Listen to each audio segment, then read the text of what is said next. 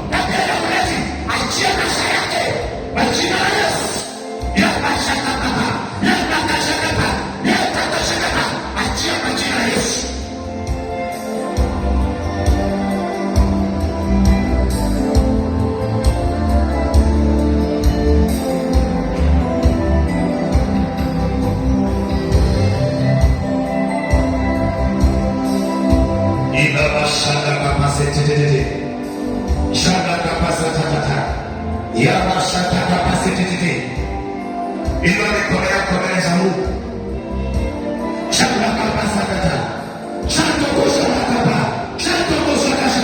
Kwa wengine kuna tabia wanazo, lakini wakijaribu kuacha inashindikana. Leo naamuru tabia hiyo ikuachie mamlaka kwa jina la Yesu. Achia haraka, watu wafunguke kwa jina la Yesu Kristo.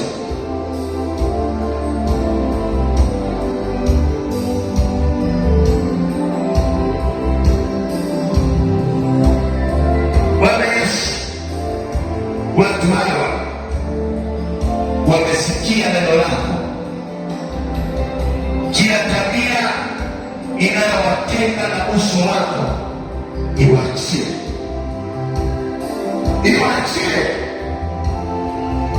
iachie maisha yako mara moja kwa jina la Yesu. Upewe roho nyingine ya Mungu ndani yako, upewe roho itakayobadilisha maisha yako ya kimwili yawe maisha mazuri ya kiroho, yaliyojaa nguvu, yaliyojaa uweza, yaliyojaa vipawa, yaliyojaa karama, yaliyojaa nguvu za Mungu ndani yako kwa jina la Yesu. Yesu, tawala maisha yao, wape nguvu, wape uwezo, wape mamlaka ya kushinda katika jina la Yesu. Asante Yesu kwa ajili ya neema. Asante kwa kuleta na kubadilisha tabia zetu. Tunafanya tabia za utu wako ndani ya maisha yetu. Kuanzia leo tuishi maisha yenye ushindi, maisha ambayo yanakupendeza katika ulimwengu wa roho na katika ulimwengu wa mwili. Tufanye kuwa baraka, tufanye kuwa watu ambao unajivunia kwa maisha yetu na kwa tabia zetu. Heshima na utukufu zikurudie wewe kwa njia ya ukombozi na kufungua watu hawa, kila mmoja akiwa amekombolewa, amepona na ameinuliwa. Akitoka hapa, Bwana Yesu, endelea kuwa pamoja naye, endelea kumfunika kwa nguvu zako na damu yako, katika jina la Yesu Kristo. Bwana tuseme amen. Changilia Bwana Yesu kwa makofi mazuri. Mungu akubariki, Mungu akutie nguvu, akupe neema kuishi tabia nzuri za kiroho zilizojaa nguvu za Mungu. Kubarikiwe, nikutakie wiki njema ya baraka ya ushindi. Kuanzia kesho tutakuwa kwenye maombi ya kuomba upendo, maombi ya kufungua malango, lakini tutakuwa na maombi ya mara kabisa yanaitwa prophetic prayer, yanakuwa ni maombi ya kinabii. Kuanzia itakuwa kesho kuanzia saa 10 tarehe 7 mwezi wa 7 kutakuwa na ibada hiyo. Usisahau njoo jiunganisha na hiyo ibada. Mungu atakubariki, Mungu atakuinua.